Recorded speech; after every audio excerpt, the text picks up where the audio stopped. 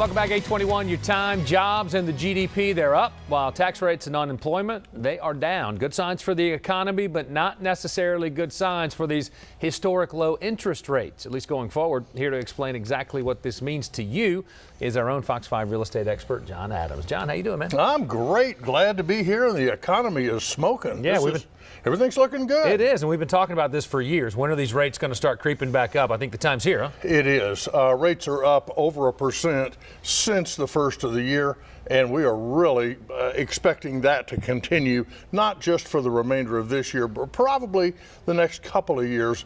After that, your crystal ball gets pretty cloudy. Right, of course. But it's likely we're going to see creeping higher rates. Nothing crazy, but slowly higher rates. Incremental's good, probably. Yeah. So break it down for us. What do we need to know here? Well, the Federal Reserve announced yesterday the core inflation index for the last 12 months said everything cost about 2% more. If you've been to the gas station recently, you've seen that. And things are just creeping up a little bit.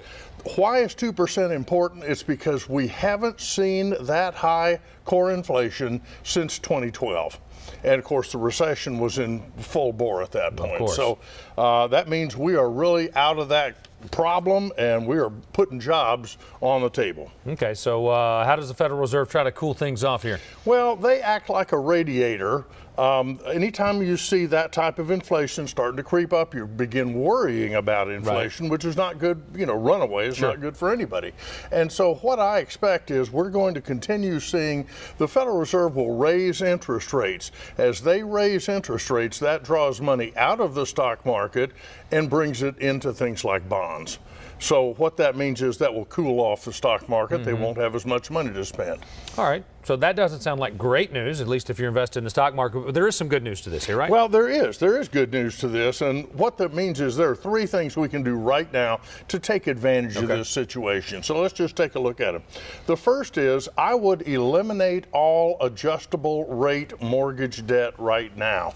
Anything you've got out there that has an adjustable rate, things like credit cards, auto loans, things like personal and paycheck loans, even some student loans are on an adjustable rate basis, and we need to find a way to convert those. Either call the lender and say, I want to make this a fixed rate, or find a way to replace it. That will help protect you. The second thing you want to do is move toward long-term debt and fixed rate debt. So if you've got a house that's paid off, or a house that is close to paid off, I'd pull some cash out of that, lock it in at today's low rate, which, by the way, is around 4.5%, 30-year fixed rate. That's not as low as, you know, we were talking about a year. We got spoiled. But I predict we're going to see even higher than that. And when we do, that 4.5% is going to look very, very attractive. And I'd pull that out.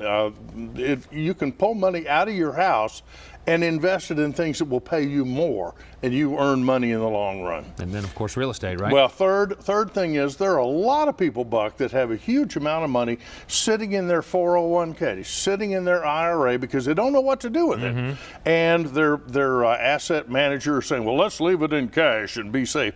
It's earning 0%. Now is the time to do something with that money. And with recent changes in federal law, you can have a 401k, you can have an IRA, and still own rental real estate. And that has always traditionally been a very good hedge against inflation.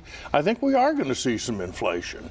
But I would encourage people to consider diversifying their retirement. We're out of time, but I love your answer to this next question. If a millennial's thinking about buying a house, what do they need to do today? Watch the rest of this show, Okay, do that turn first. off the television, and then rush out and buy a house There today. you go. There you go.